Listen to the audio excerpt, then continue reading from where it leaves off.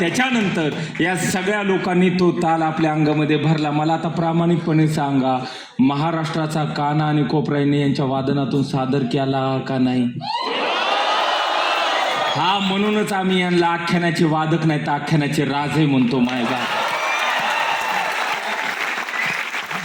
बरं, साधं नाही हे. एक एक वाद्य 15-15, 20-20 आणि 25-25 किलोच आहे. खोटं वाटलं नंतर भेटायला आलो, एक एक वाद्य खांद्यावर घेऊन बघा बरं. बसून वाजवायचं नाही ना, ते बसून वाजवायचंय का नाही, ते खांद्यावर घेऊनच वाजवायचंय.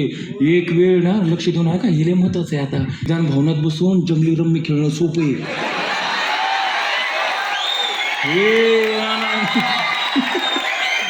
हे वाजवणं लय अवघड आहे माय बाप. ह्याला वेगळ्या धाटणीत सांगायचं झालं तर इथं विज्ञान शोधू नये माणसाने, सायन्सच्या व्याख्या बाहेर काढू नये. की नाव मला काय म्हणायचंय, wavelength cross the lambda then frequency amplified the angle.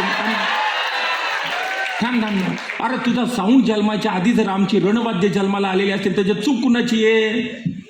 साऊंडवाल्याची ना. मग त्यांनी आपल्याला ज्ञान शिकवायलाच जाऊ नये. हा मराठी माणसाच्या रक्ताचा इतिहास आहे म्हणावं येड्या. ज्या वाद्याने आम्हाला स्वराज्य आणि संयुक्त महाराष्ट्र मिळवून दिलं म्हणून आम्ही यांना आख्यानाचे राजे म्हणतो. मायबा